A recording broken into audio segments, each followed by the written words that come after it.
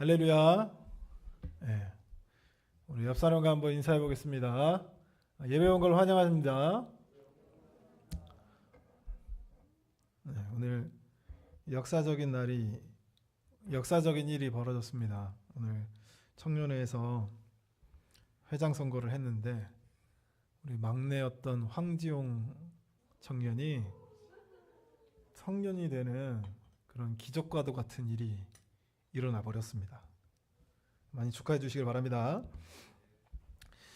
오늘 그 본문에 보면 기독교가 박해를 받는 장면이 나옵니다. 근데 가만히 보면 하나님은 그런 것조차도 사용하셔서 일하시더라. 제가 그 군대에 있었을 때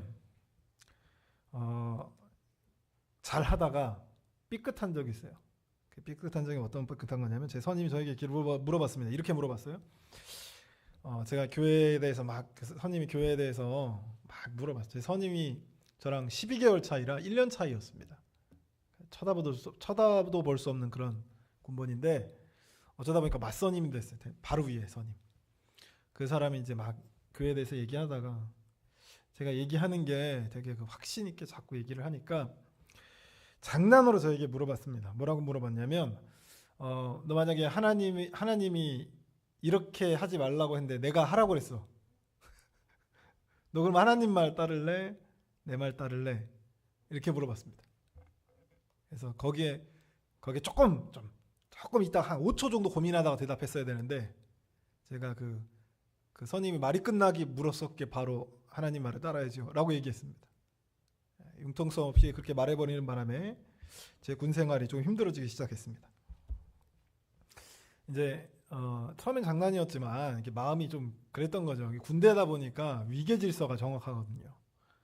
그래서 이제 선임이 죽어라 그러면 정말 죽는 신용이라도 해야 되는 게 군대인데 거기서 이제 선임 말 안 따르고 하나님 말을 따른다니까 기분이 좀 이상했던 것 같아요. 그때부터 이제 교회에 대해서 안 좋게 보기 시작하면서 제가 교회를 나가는 것 자체가 눈치가 보일 뿐만 아니라 좀 힘들어졌습니다.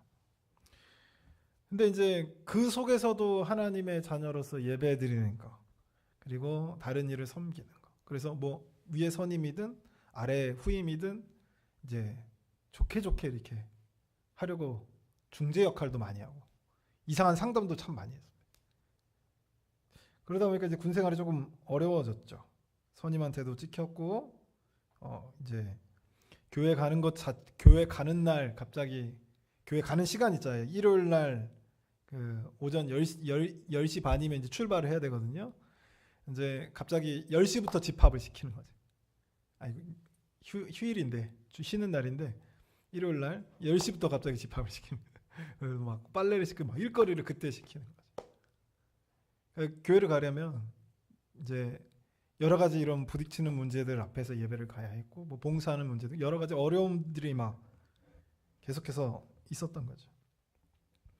근데 이제 나중에 다 지나가고 보니까 그 어려움들을 통해서 하나님께서 일하시는 것을 보게 됐습니다. 그 주변에서 제가 어떻게 해서든 그 군대 내에서도 열심히 이제 쉽게 말하면 빵꾸가 나지 않게끔 하려고 정말 열심히 노력하고 또 제가 남는 시간 어떻게 보면 내가 쉬어야 될 그 시간에도 또 가서 교회 봉사하고 정말 양쪽으로 최선을 다해 저에게 휴일이 없었어요.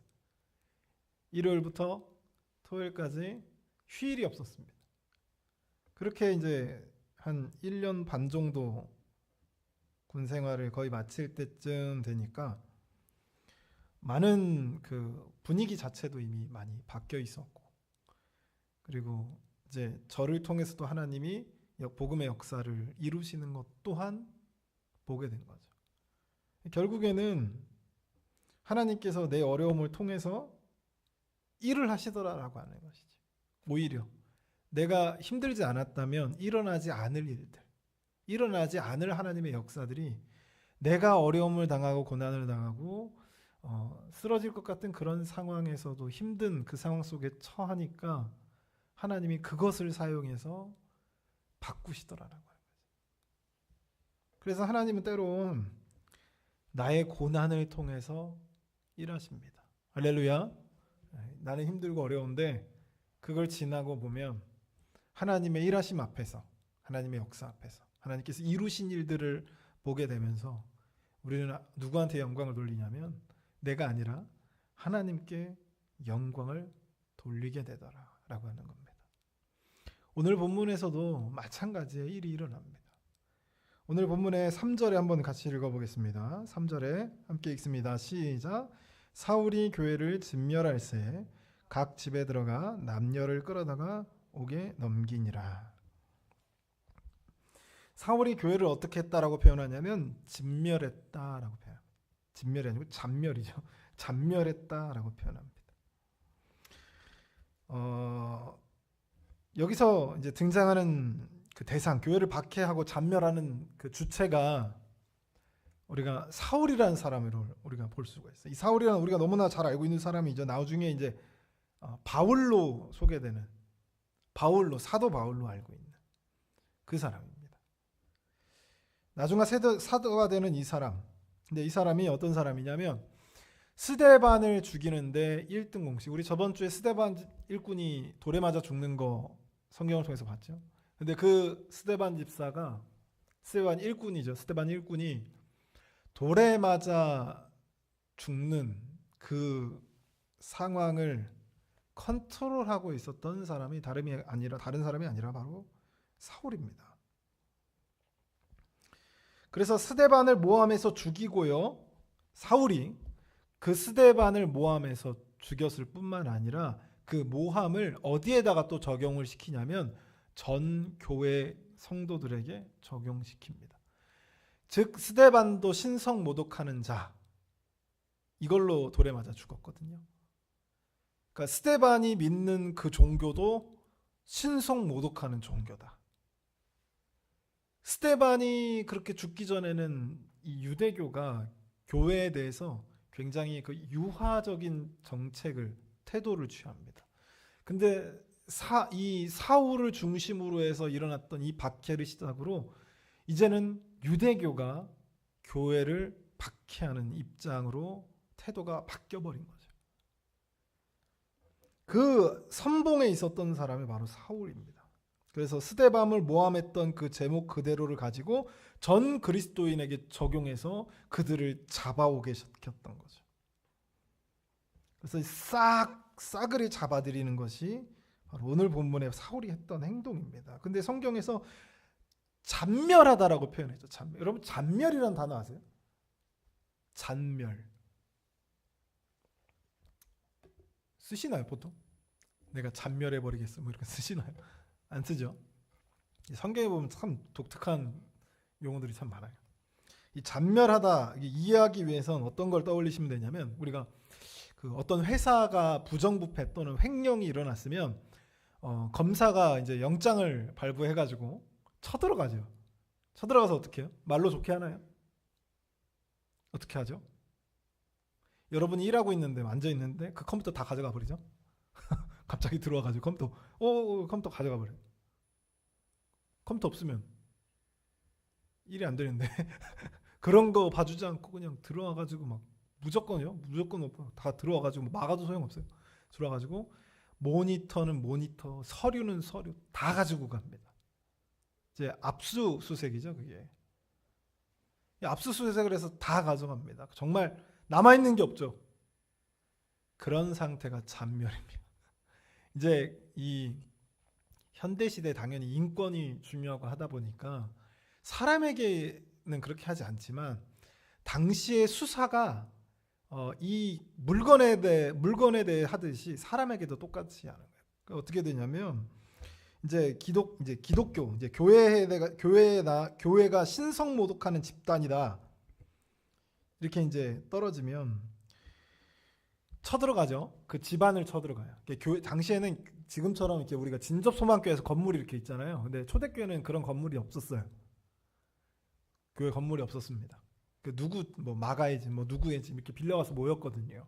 또는 사람이 너무 많으면 그냥 밖에서 모였습니다.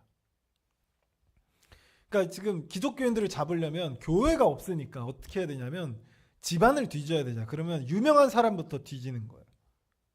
12 사도들은 집이 없이 돌아다니니까 12사도들 잡을 방법이 없고 거기 이제 성도들 중에 좀 유명한 열심 있는 사람들을 쳐들어가는 거예요. 쳐들어가서 그 집에 그냥 쳐들어갔겠어요?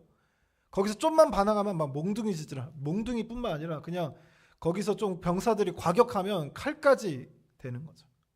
그러면 그 잡혀가는 과정에서 몇몇 사람은 다치기도 몇몇 사람은 죽기도 했겠죠. 근데 거기서 끝나는 것이 아니라 끌고 가서 고문을 합니다. 우리 일제강점기 생각하시면 돼요. 고문을 하면서 다른 사람의 이름을 불도록 만드는 거죠. 또 그리스도인 누가 있어? 고문을 하는 겁니다. 그 끝내 또 다른 이름이 나오면 그 집안에 들어가서 그 할아버지부터 손자까지 다 싹 다 잡아오는 거예요. 또 잡아와가지고 또 고문을 하는 겁니다. 이게 잔멸하다라고 하는 용어에 딱 들어맞는 상황에 딱 들어맞는 단어죠.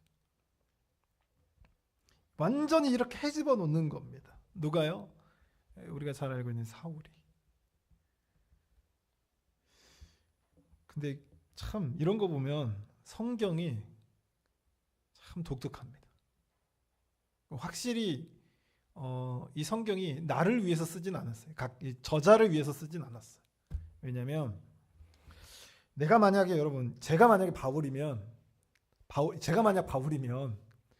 자기의 그 옛날에 그 과거들 있잖아요. 안 좋았던 과거들. 이제 바울의 아무래도 이 누가복음이랑 사도행전을 쓸 때 대체적으로 누가가 썼다라고 생각을 하거든요. 근데 누가가 나중에 바울에 의해서 이제 복음을 받아들이고 바울과 함께 전도 여행을 같이 다녔던 걸로 보여요. 그러니까 쉽게 말하면 바울의 제자죠. 근데 이 스승의 어떻게 보면 치부잖아요. 스승의 치부예요. 또 제가 바울이라면 누구한테 얘기해가지고 야 그건 좀 빼면 안 되니? 다르게 좀 바꿔서 쓰면 안 되겠어? 보통 그러잖아요, 그렇죠? 보통 그렇게 합니다. 근데 성경은 너무나도 노골적으로 바울의 옛 잘못들을, 사울의 옛 잘못들을 아주 정확하게 빠짐없이 기록을 하고 있는 거죠. 그런 의미에서 참 성경이 뛰어난 객관성을 가지고 있구나. 주관적으로 쓴 게 아니라 정말 객관적으로 자기의 그런 어떤 분리할 수 있는 그런 모습들도 함께 듣는 거죠. 그렇게 이제 박해를 받으니까 그 1절 후반부에 보면 뭐라고 했나요? 함께 읽어볼까요? 1절 후반부 그날에부터 함께 읽어보겠습니다. 시작. 그날에 예루살렘에 있는 교회에 큰 박해가 있어 사도 외에는 다 유대와 사마리아 모든 땅으로 흩어지니라.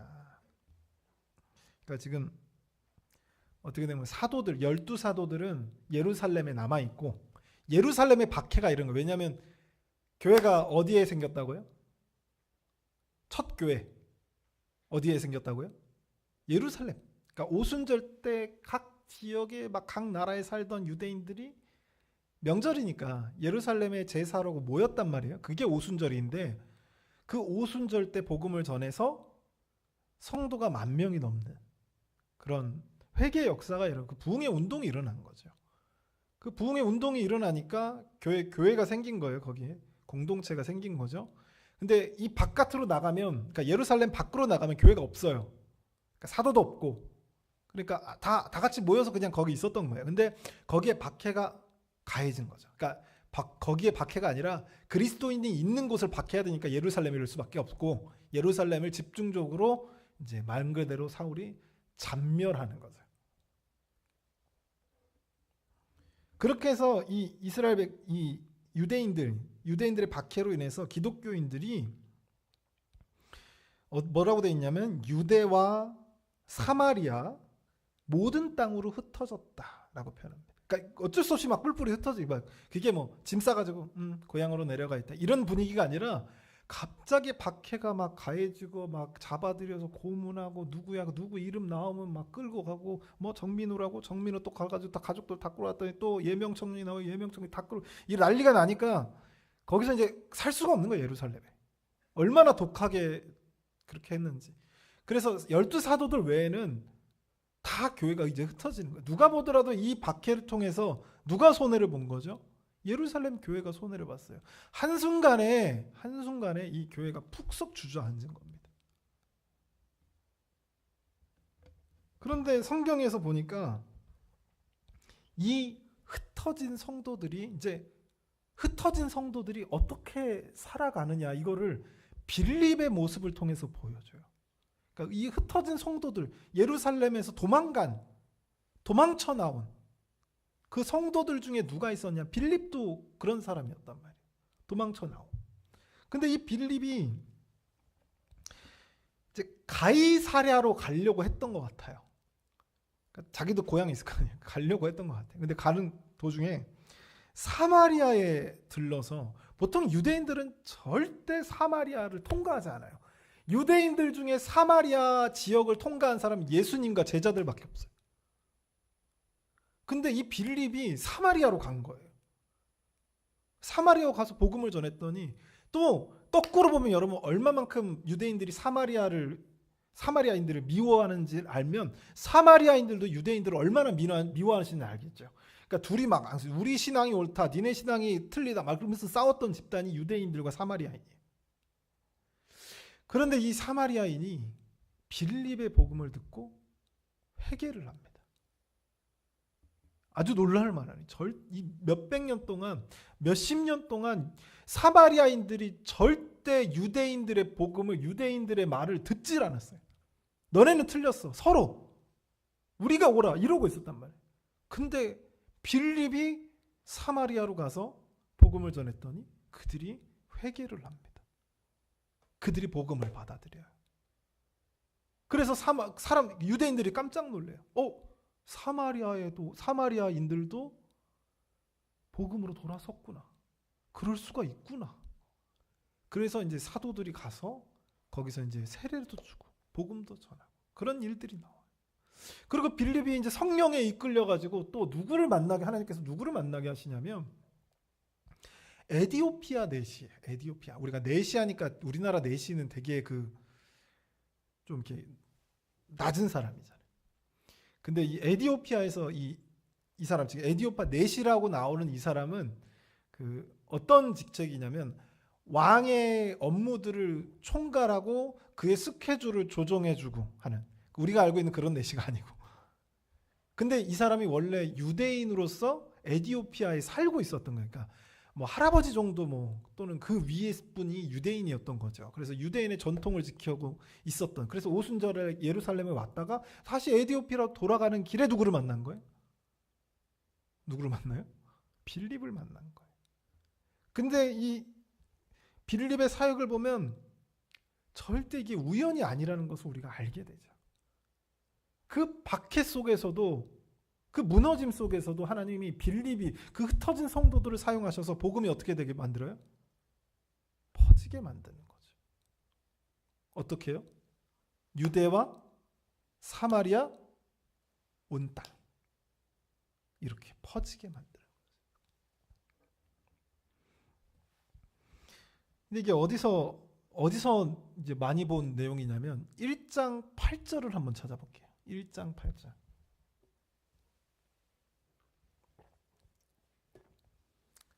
방금 온 유대, 사마리아, 온 땅으로 복음이 퍼졌다고 했어요. 그 성도들이 박해를 받아서 도망 나오듯이 나오다 보니까 어떤 사람은 그리스 고향으로 다시 돌아갔을 것이고, 어떤 사람은 로마로 돌아갔을 것이고, 어떤 사람은 소아시아 지역으로 돌아갔을 것이고, 어떤 사람은 중동 쪽으로, 어떤 사람은 이집트 쪽으로, 이렇게 다 뿔뿔이 흩어져서 돌아갈 거란 말이에요. 그런데 그 사람들 전부 다 빌립처럼 자기도 모르는 사이에 복음의 사역을 이뤄내고 있었던 거죠. 그래서 복음이 이 박해 속에서도 전국으로 확대가 되는 거예요. 근데 이 말씀이 언제부터 딱 예시가 되어 있냐면 1장 8절에 우리 함께 읽어볼게요. 시작. 오직 성령이 너희에게 임하시면 너희가 권능을 받고 예루살렘과 온 유대와 사마리아와 땅끝까지 이르러 내 증인이 되리라. 할렐루야. 1장 8절에 이미 얘기했던 그 복음의 확장이 뭘 통해서 이루어진다고요? 참 재밌게도 박해를 통해서 이루어지더라고 하는 거죠. 하나님은요, 우리의 고난도 슬픔도 역전시켜 복음의 발판으로 삼으시더라라고 하는 겁니다. 여러분, 절대 이 사단은 가만히 있지 않습니다. 우리가 가장 힘들 때, 가장 어려울 때, 가장 쓰러질 것 같을 때, 가장 무너뜨리기 쉬울 때, 적절한 때, 적절한 시기에 정확하게 공격을 해야죠. 그래서 우리가 안 그럴 것 같은데 이단에 넘어가. 여러분 생각해보세요. 요즘에 나는 신이다 그 되게 유행하던데 그 이야기 들어보면 여러분 안 빠질 것 같잖아요. 그죠? 하나님의 어머니 안산홍 씨를 섬기세요. 이런 거 안 믿을 것 같잖아요. 근데 이상하게 넘어간다니까요. 아니, 박사들도 넘어갑니다. 교수들도 넘어가고 심지어 목사들도 넘어갑니다. 왜 이런 역사가 일어나냐면 아주 적절한 때, 아주 적절한 시기에 사단이 들어오기 때문에 공격하러. 여러분 생각해보세요. 이제 교회가 막 생겨서 막 1만 명, 예루살렘이 1만 명 교회가 생기고 막 뜨거워가지고 서로 막 기도하고 말씀을 듣고 성경 공부하고 떡을 떼고 막 그러면서 서로 멤버십이 막 빵빵하게 형성이 돼가지고 막 복음이 계속 하루에 막 몇천 명씩 회개 역사가 일어납니다. 이거 계속 지켜봐야 돼요? 사단의 입장에서. 어떻게 해야 되죠? 지금 아니면 이거 무너뜨릴 수가 없어요. 그래서 가장 적절한 때에 들어온 거예요. 그래서 교회를 무너뜨리려고 사울이라고 하는 사람을 통해서 유대교와 기독교를 부딪히게 만드는 거죠. 그 중심적인 역할을 했던 게 사울입니다. 그 사울을 통해서 예루살렘 교회가 하루아침에 무너져 내렸다니까요. 어떻게 해볼 수가 없어요. 도망가는 것 외에는 방법이 없습니다. 한순간에 대책도 없이 자, 소아시아적의 누구누구 성도님 이렇게 가서 이쪽에서 같이 예배드리고 자, 우리 12사도 중에 한 명 가. 그래가지고 이렇게 확장한 게 아니라 이렇게 뭐 행정적으로 뭔가 시스템을 갖춰가지고 자, 이렇게 우리 각자 지역에서 이제 예배드립시다. 교회를 이게 아니라 갑자기 뭐 대책도 없는 상황 속에서 교회 성도들이 흩어져 버렸다니까. 어쩔 수 없이. 그러니까 이 현상만 보면 우리는 뭐냐면 교회가 무너져 내린 거예요. 끝난 거죠. 사울이 생각했을 때 야 이제 교회는 끝났다 라고 됐을 겁니다. 적절한 시기에 아주 적절한 공격이었죠. 근데 하나님은요, 이 고난, 우리의 고난과 슬픔도 역전시켜서 복음의 발판으로 사용하시더라고요. 교회가 스데반의 죽음과 수많은 성도를 향한 박해 때문에 슬퍼하고 실망하며 힘이 빠져 있을 그때 디프레스 돼버린 거죠. 교회가 완전히 침체가 돼버린 겁니다. 근데 하나님은 그 상황에서도 복음이 수많은 사람들에게 전해지게 만드시고 수많은 사람들이 특별히 빌립의 전도로 인해서 유대인은 상대도 하지 않던 사마리아인들이 회개를 하는 역사가 일어납니다. 이 슬픔의 사건을 오히려 기쁨의 사건으로 만들어 버리셨다라고 하는 것이죠. 그래서 우리가 이 사도행전 8장을 딱 읽으면 그 전에 스데반의 죽음이 갑자기 잊혀집니다. 그의 죽음이 잊혀져요. 왜냐하면 그 스데반 일꾼의 죽는 그 어려움, 슬픔이 역전이 됐기 때문입니다. 만약에 그게 계속 그 분위기가 계속 이어갔다면 그 스데반의 죽음에 굉장히 안타까워하고 막 쓰라려하고 그랬을 텐데 이게 갑자기 영광스러운 사건으로 바뀌어버린 거예요.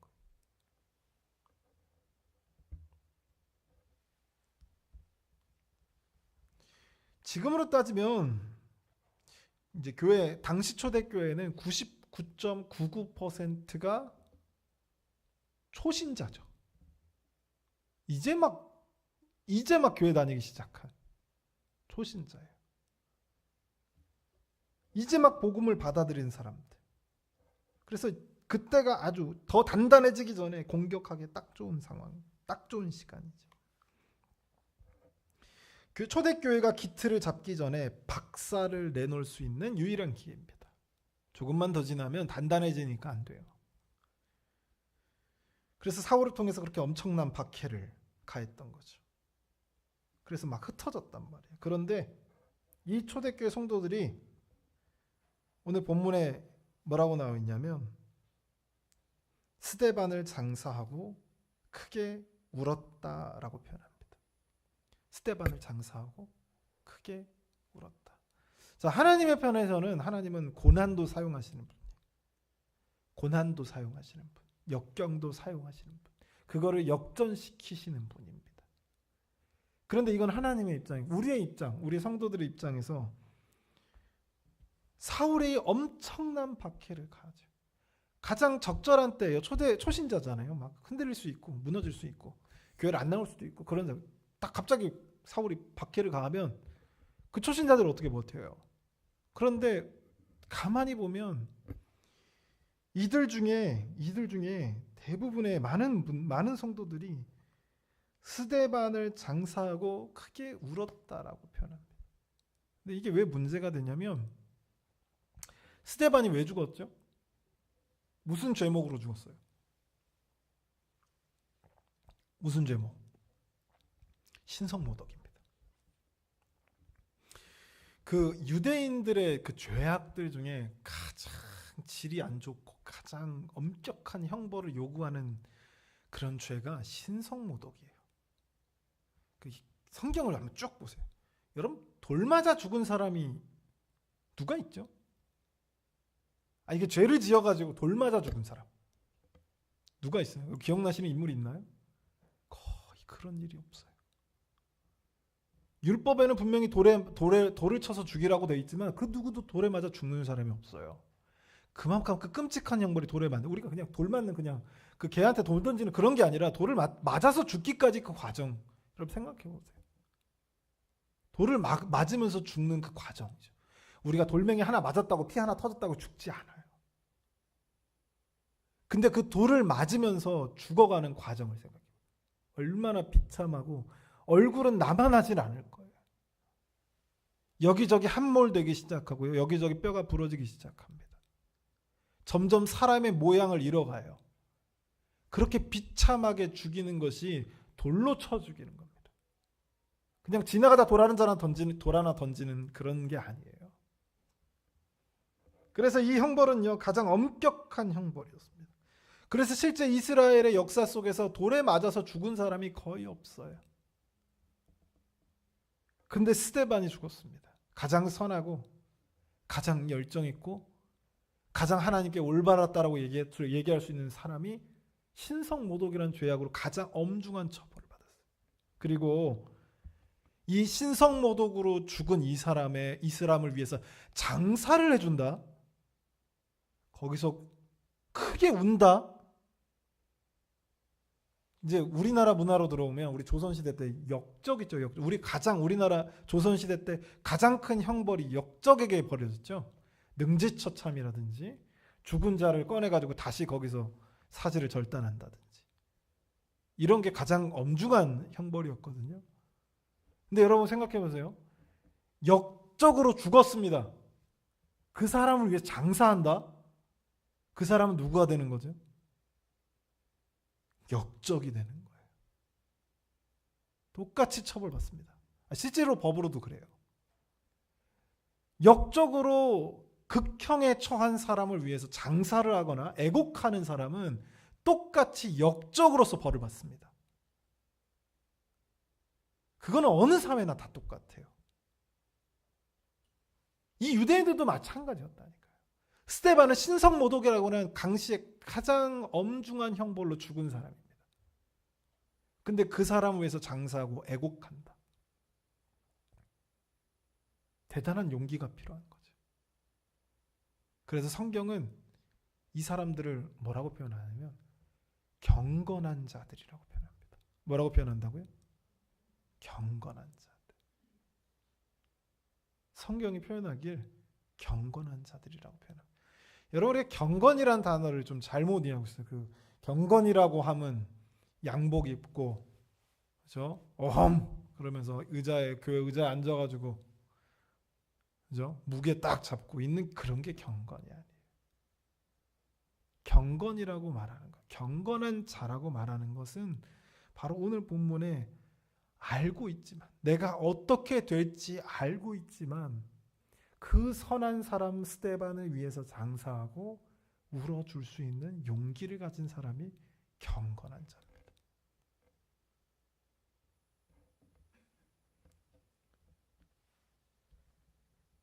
그리고 그 대표적인 사람 빌립을 통해서 하나님은요, 역전의 역사를 쓰시더라. 할렐루야.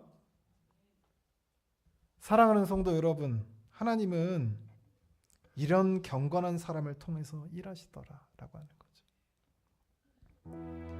경건이란 의자에 앉아 입을 다물고 있는 사람을 말하는 것이 아니라 핍박을 당할 걸 알지만 하나님을 따라가는 사람들, 하나님을 쫓아가는 사람들을 경건한 자들이라 얘기해요. 이런 경건의 사람이 되어서 하나님께 쓰임받는 우리가 되기를 주님의 이름으로 소원합니다. 나중에 이러했던 고난의 앞줄에서 기독교인들을 핍박했던 사울도요, 그 사울도 정말 사단에게 잘 사용되어서 교회를 핍박했던 사울, 딱 적절한 시기에 스데반을 장사하는 그 모습을 통해서 기독교를 박해하는 근거를 마련해서 기독교인들을 단 한 사람이라도 더 체포하고 더 죽이려고 했던 이 사울도 이제는 바뀌어서 어떻게 바뀌냐면 핍박을 가하는 자에서 핍박을 당하는 자, 받아들이는 자, 경건한 자로 바뀌더라라고 하는 거죠. 이 이야기가 사도행전의 이야기입니다. 핍박을 가하던 자가 핍박을 받아내는 자로 바뀌는 과정. 그 사람, 그 경건한 사람들을 통해서 하나님이 일하는 방식.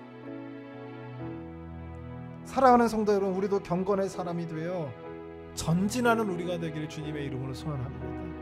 우리 시간 한번 통성으로 하나님께 기도하실 때, 하나님, 우리도 하나님 앞에서 경건한 자가 될 수 있도록 하나님 붙잡아 주시옵소서. 우리가 하나님 앞에서 부족했던 그 모습들을 내려놓고, 우리가 어려울 줄 알지만, 손해볼 줄 알지만, 우리가 고난이 닥쳐올 줄 알지만 그 모든 것을 알고도 하나님을 쫓아가고 예수 그리스도의 십자가를 쫓아갈 수 있는 그런 경건한 자로 서게 하시고, 그런 경건한 자로서 하나님께 쓰임받을 때 고난이 기쁨이 되는 놀라운 하나님의 역사 가운데 쓰임받을 수 있도록 하나님 붙들어 달라고 우리 같이 주여 한번 부르시는 통성으로 기도합니다. 주여!